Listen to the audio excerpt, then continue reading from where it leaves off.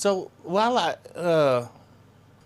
I'm catching my breasts, um, there is one more for after this. Is unboxing, my favorite one. But like I got a Bob's Burgers toboggy bog around here somewhere too, and I got a Grady Twins one. The Bob's Burger one says, "I smell fear on you," and then it's got like Louise like little rabbit ears right there. Oh, I got a Killer Clowns from Outer Space toboggy bog too. That shit is dope. Oh, man, I can't never have too many toboggy bogs. I love them. I love my toboggy bogs. I love my hats in general. But like toboggy bogs, especially because like sometimes during the winter months, like you don't have any choice. Like during the summertime and even the fall and the spring, hats are optional. Hats are optional. As a matter of fact, sometimes during the summer, unless you're using that, like one of those like bucket hats to kind of help, protect you from the sun, hats are a no go because they just make your head sweat, for really real. But during the wintertime, baby, them toboggy bogs are absolutely essential. And I love having them cool toboggy bogs with Suicidal and Bob's Burgers. And, I want more, Send me, I got a Creep Show toboggy bog too. Man, where's my Creep Show toboggy bog? You know? As a matter of fact, I think I got a Stranger Things boggy bog too. I haven't seen that one in a while. That one might have got jacked or, packed away in a box somewhere because I have not seen that one in a long time. So if you've got a Stranger Things toboggy bog, feel free to gift it to me. I'll take it. I want a Count Chocula boggy bog, or or a Berry Boo, or what do they call him? The pink Frankenstein dude. Count Chocula was always the favorite around my house, and loved me some Count Chocula, and those little spoons you can see up there, like if you look above the green Jello shirt and the Count Chocula, there's like that little spoon between them. And actually, that came with the retro a go go mask thing there, but you know that was a thing. Like in the cereal boxes back in the day, I remember like when they did that, and each box had a like, because cereal used to come with like little toys, little surprises inside, and so that was a thing they were doing when I was a kid with those cereals. Is you bought a box of Count Chocula, you got a Count Chocula spoon. If you bought Blueberry, you got a little Blueberry spoon. And actually, I think Blueberry might have been the Blueberry one. Oh, what was he? Was he a blue, like a blue snowman or something? I can't remember for sure. The what did they call the berry one? The red berry one. Was it bear? Fuck, I can't even remember. 'Cause that's how much Count Chocula was the favorite in my house. I loved all of them though. I loved all of them. I never did get to try the odd one. What was it? It was some like fruity dude or something, and like they never carried that around here or where I grew up. Like I've never, ever, ever seen a box of those in person. I have literally seen a Mabel's Whorehouse coffee mug, and I have not seen that other monster cereal. Maybe that says more about me. No, it's location. Although I'm pretty sure that I am probably not the only, but one of very few people in my area. Consider I'm all the way over in Virginia, that's ever seen a Mabel's Whorehouse mug. And this is not like one of the replicas that came out later either. At least I don't know that. I'm pretty sure of that. I won this at a bingo around here. I was going to the clubhouse. We have a clubhouse system here for people with mental illness, mental disabilities, and stuff to like kind of come together and help each other and work around the house and just kind of socialize and stuff. It's a really cool thing. Anyway, they used to do these bingo things every few months. And it was one of these things where, like, each round you played until everybody won. Because, it's a mental health program. And then you get to the final round, everybody wins, and then everybody plays to blackout. It was really, really fucking cool. But, you never really know what the prizes are, but you never, ever, ever expect to see a coffee mug from Mabel's Whorehouse, where the customer comes first. uh, I seen this. They were talking about, oh my God, who donated this? And, I'm just kind of like eavesdropping off on the side, and I'm like, oh shit, I want that. And they ultimately, I was afraid they were going to take it off the table. They ultimately decided, hey, it's up here, so, we'll leave it. Most people in this place, they probably ain't going to know what it is anyway. And I did. I knew what it was. I saw a thing about Mabel's Whorehouse on, was it like Real Sex or one of those shows back in the day? So Mabel's Whorehouse, where the customer comes first.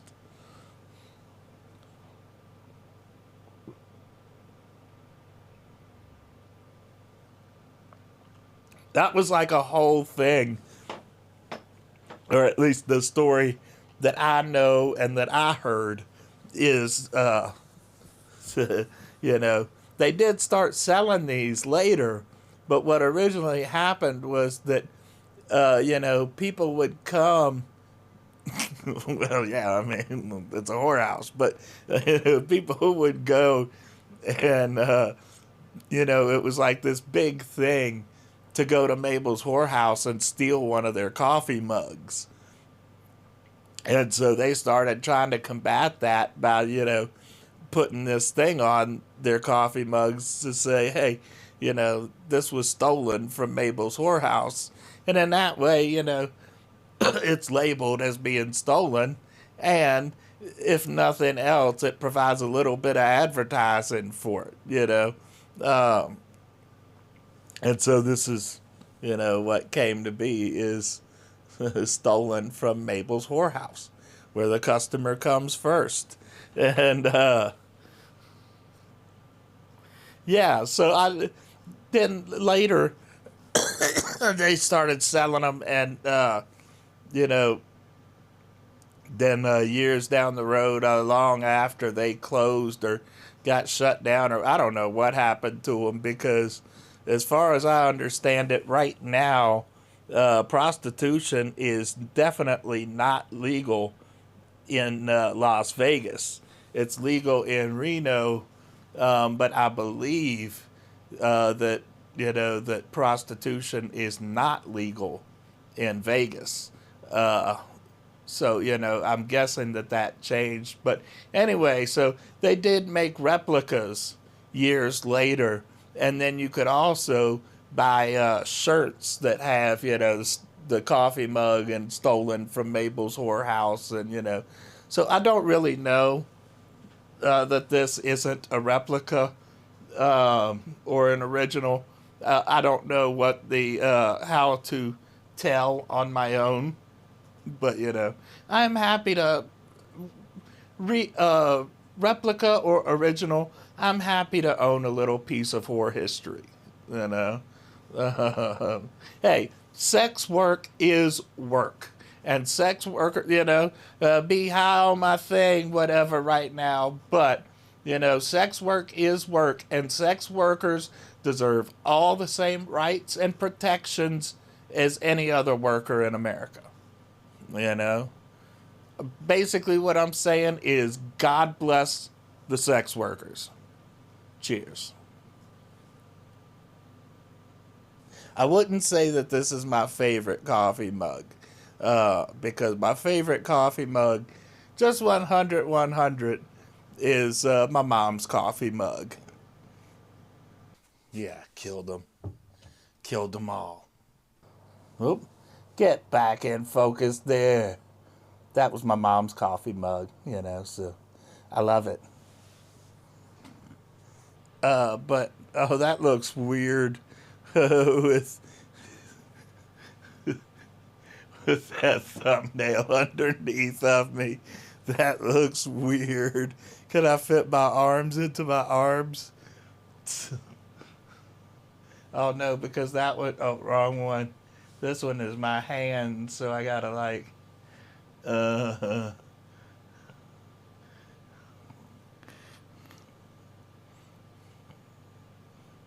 ooh. Oh, I'm gone. I'm gone. Fun story about my mama.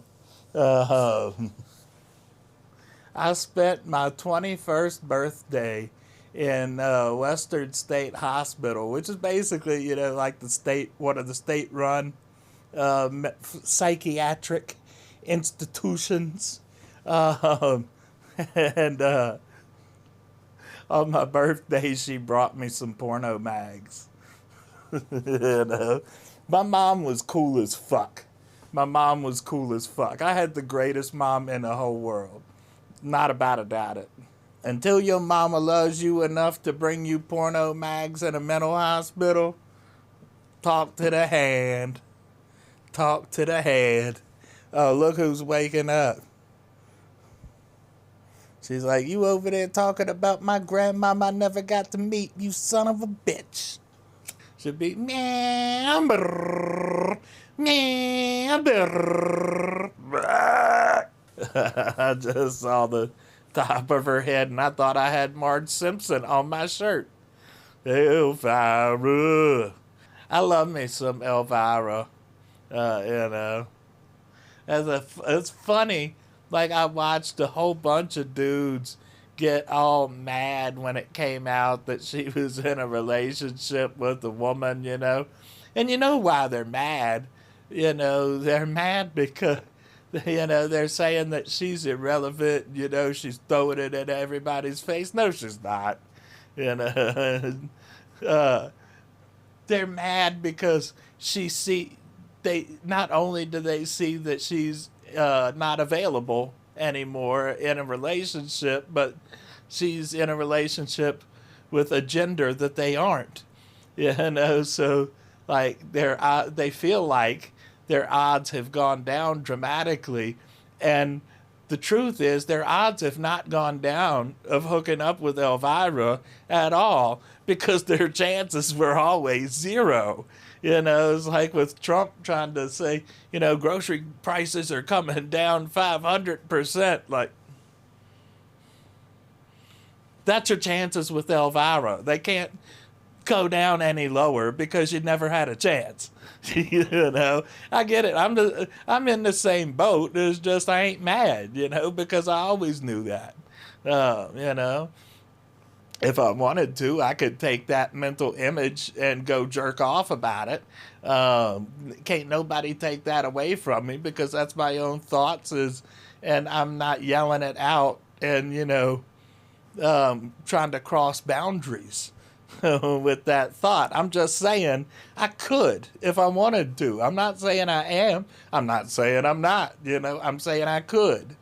That's the trick. It's like misogyny.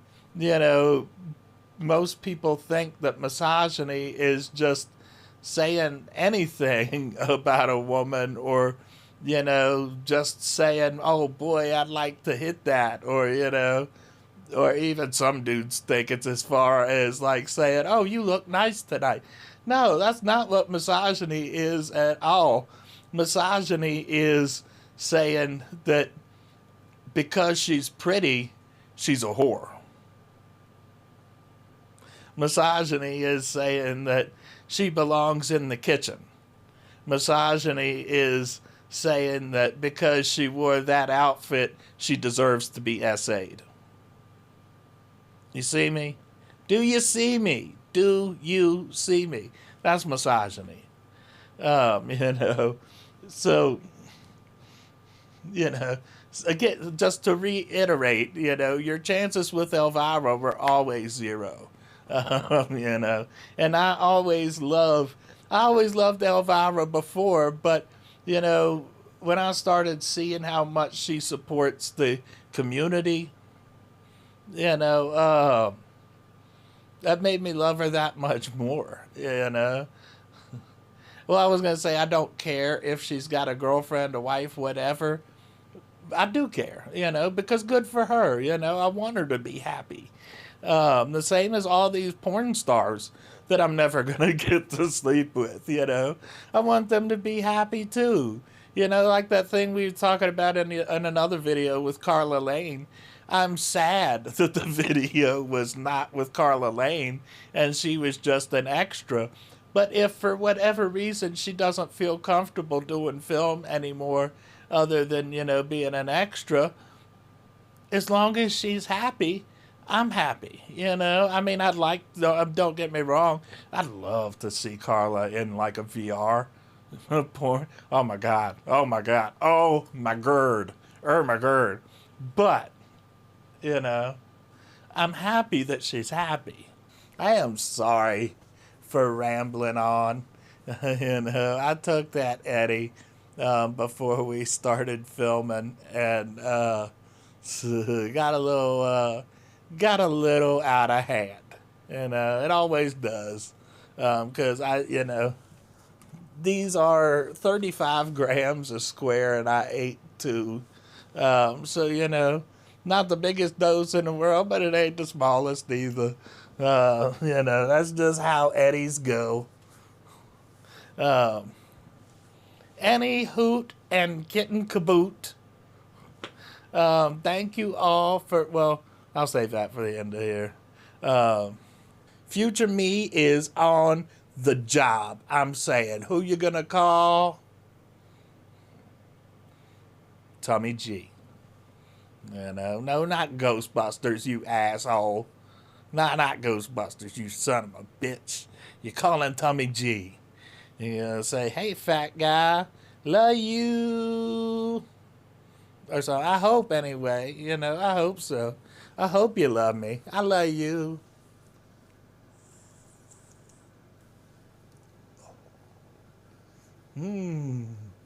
I love getting high with you. It makes me feel like I'm playing a game.